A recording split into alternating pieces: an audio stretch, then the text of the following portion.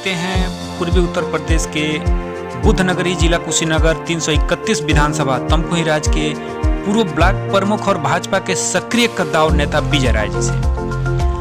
यह चेहरा और नाम किसी परिचय का मोहताज नहीं है।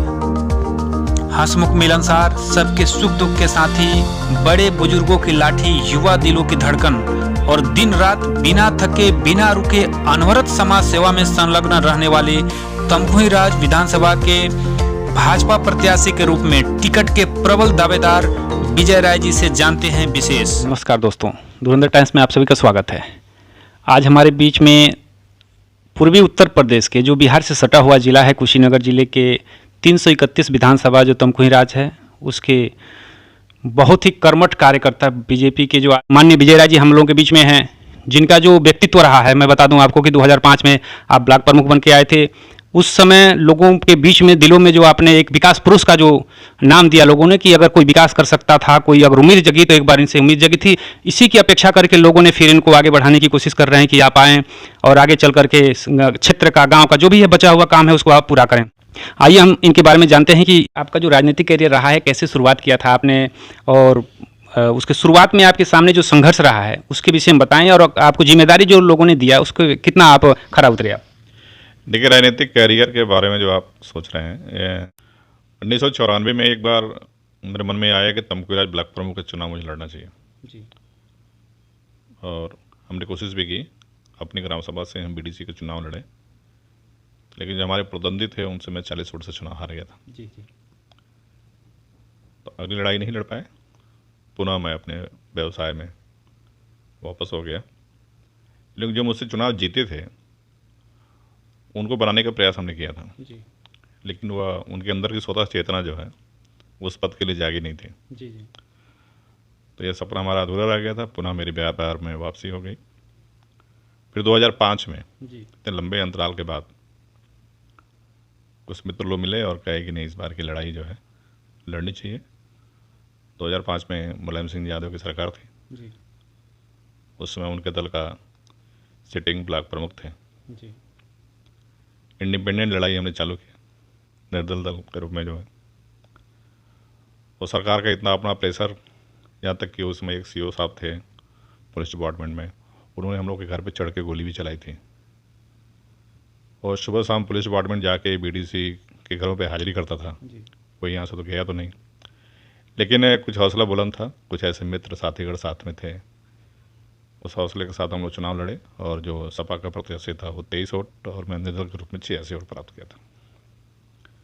जिस समय हम ब्लॉक प्रमुख बने थे उसके पहले इस देश में मनरेगा लागू हुई थी, लेकिन पूरे उत्तर प्रदेश में मनरेगा से संबंधित जो वित्तीय जो डिस्ट्रीब्यूशन था यानी कि फंड्स थे वो सभी ब्लॉकों में जाके पड़े थे। वह एक्ट था, कानून था, सभी लोग उससे डरते थे। हमने सोचा कि इसका इम्प्लीमेंट जो है तमकुही राज से ही हम करते हैं जी। तो पूरे प्रदेश में सबसे पहला इम्प्लीमेंट जो है मेरे ब्लॉक से स्टार्ट हुआ था। बहुत वहीं से हमने किया था तमकुही राज से जी। इसको लेकर मैं अवार्डेड भी रहा। उस समय कार्यकाल निश्चित तौर पे बहुत अच्छा था और मुझे लगता है कि पूरे 5 साल में मनरेगा में करीब हम लगता है 20 से 25 करोड़ का काम हम लोगों ने किया था। वो एक बड़ा लकी साबित हुआ था उस समय जो, और उस समय से लगातार करीब 20 साल होने जा रहा है। ब्लॉक पे अपनी उपस्थिति बनी रही है ब्लॉक प्रमुख के रूप में। उस कार्य को लोग पसंद किए और लगातार निर्विरोध बनते रहते हैं हम लोग ब्लॉक प्रमुख वहाँ पे। आपकी यात्रा लखनऊ तक या दिल्ली तक है? देखिए, जैसे आप पढ़ाई पढ़ते हैं ना तो एक मिडिल होता है, जूनियर होता है, उस वजह से इंटर होता है जी। फिर ग्रेजुएशन होता है। राजनीति में भी नीचे के जो पावदान है, प्रधान और ब्लॉक प्रमुख, ये उसका मिडिल और जूनियर होता है। और जो विधानसभा का चुनाव होता है ना वही इंटर होता है। तो बिना इंटर की पढ़ाई किए पास हुए जो है, मुझे लगता है सीधे क्लास को आगे बढ़ जाना बहुत अच्छी बात नहीं होती है। तो अभी हमारा जो है लक्ष्य जो है लखनऊ का सदन है, वहाँ पहुँच के अपने विधानसभा की बातें रखना है। भाजपा का 2 स्लोगन बहुत ही इस समय प्रचलित है। एक तो है कि सोच ईमानदार, काम दमदार, और दूसरा स्लोगन चल रहा है यूपी के लिए। यूपी में स्पेशल कुछ भी कोई बात कर रहा है, कोई जनता हो या कोई नेता हो, पॉलिटिकल हो, सब लास्ट में आकर एक ही निष्कर्ष पे जाते हैं कि कुछ भी कर लो, आएंगे तो योगी जी ही। इस पे सर आपका क्या विचार है? देखिए, इसमें दो शब्द है, जैसे कि सोच ईमानदार जी यानी कि ईमानदारी से अगर कोई बात सोची जाती है तो निश्चित तौर पे अगर राजनीतिक व्यक्ति अगर सोचता है तो उसमें जनता और प्रदेश का हित इन्वॉल्व होता है। और बेईमानी से कोई बात सोची जाती है तो बेईमानी पक्ष उसमें पहले आ जाता है, कार्य पक्ष बाद में आता है। जी तो ईमानदारी से बात कोई सोची जाएगी तो संपूर्ण कार्य पक्ष आएगा, जी और जब संपूर्ण कार्य पक्ष आएगा तो प्रदेश और जनता का मुझे लगता है उसमें भला होने की संभावना जो है नंबर 1 पे रहती है। तो इसलिए स्लोगन है सोच ईमानदार। जब ईमानदारी से सोचेंगे और उस कार्य का इम्प्लीमेंट करेंगे तो आम जनता में वो कार्य जो है बड़ा दमदारी के साथ दिखाई देगा कि ये कार्य जो है बड़ी दमदारी के साथ हुई है। तो ईमानदारी की सोच अपने आप में दमदारी है। हमारे माननीय मुख्यमंत्री जिस फ्लेवर के आदमी हैं उस फ्लेवर में ये स्लोगन भी बड़ा फिट बैठता है। पार्टी ने अगर आपको टिकट दिया तो आपके सामने जो सबसे बड़ा और पहला जो चैलेंज होगा वो क्या होगा? देखिए, पार्टी का अगर आशीर्वाद मिला तो मुझे लगता है कि जो उत्तर प्रदेश के 34 जनपद हैं, 34 जनपद खासतौर से पिछड़े जनपदों में सूचीबद्ध है, उसमें हमारा कुशीनगर भी है। 34 जनपद जो पिछड़े जनपद हैं उत्तर प्रदेश के, उसमें हमारा कुशीनगर भी है। और कुशीनगर में भी 7 विधानसभाओं में हमारा विधानसभा जो है बिल्कुल बिहार बॉर्डर पे होने के नाते जो है इसकी 40% आबादी जो है वो 2 नदियों के बीच में है, नारायणी और बांसी के बीच में है, जिसमें करीब 60,000 के आसपास मतदाता हैं, 1.25 लाख की आबादी है। वो हमारा प्राइमरी एजुकेशन का जो स्ट्रक्चर है वो बहुत ख़राब है। और प्राइमरी एजुकेशन ख़राब होने के नाते जो है मुझे लगता है कि वहाँ के लड़के जो है अपर क्लास में बहुत ठीक से पढ़ाई नहीं कर पाते हैं।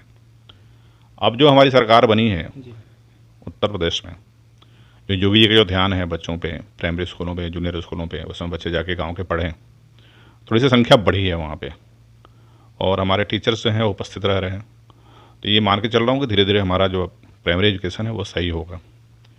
लेकिन हमें महसूस करते हैं कि अभी शिक्षा पे काम करना प्रथम प्रायोरिटी होनी चाहिए किसी भी राजनीतिक व्यक्ति का। जिस घर में शिक्षा होती है मुझे लगता है उस घर में लक्ष्मी का वास हो जाता है। बिल्कुल बिल्कुल। और जहाँ सरस्वती गई तो वहाँ लक्ष्मी जाएगी जाएगी, और जहाँ ये दोनों पहुँच गया तो मुझे लगता है उस घर और उस इलाके का विकास हो जाता है। में अगर टिकट बीजेपी आपको देती है तो सबसे बड़ा जो चैलेंज लड़ाई किससे होगी आपकी? कांग्रेस का जो प्रदेश अध्यक्ष हैं उत्तर प्रदेश से भाई अजय लल्लू जी वहाँ MLA हैं और वो लगातार दूसरी बार हैं वहाँ पे। लेकिन जब हमारे क्षेत्र में जाएंगे, गांव में जाएंगे, लोगों से मिलेंगे तो आप कहेंगे बीमार लोगों की चारपाई उठा लेते हैं कंधे पे,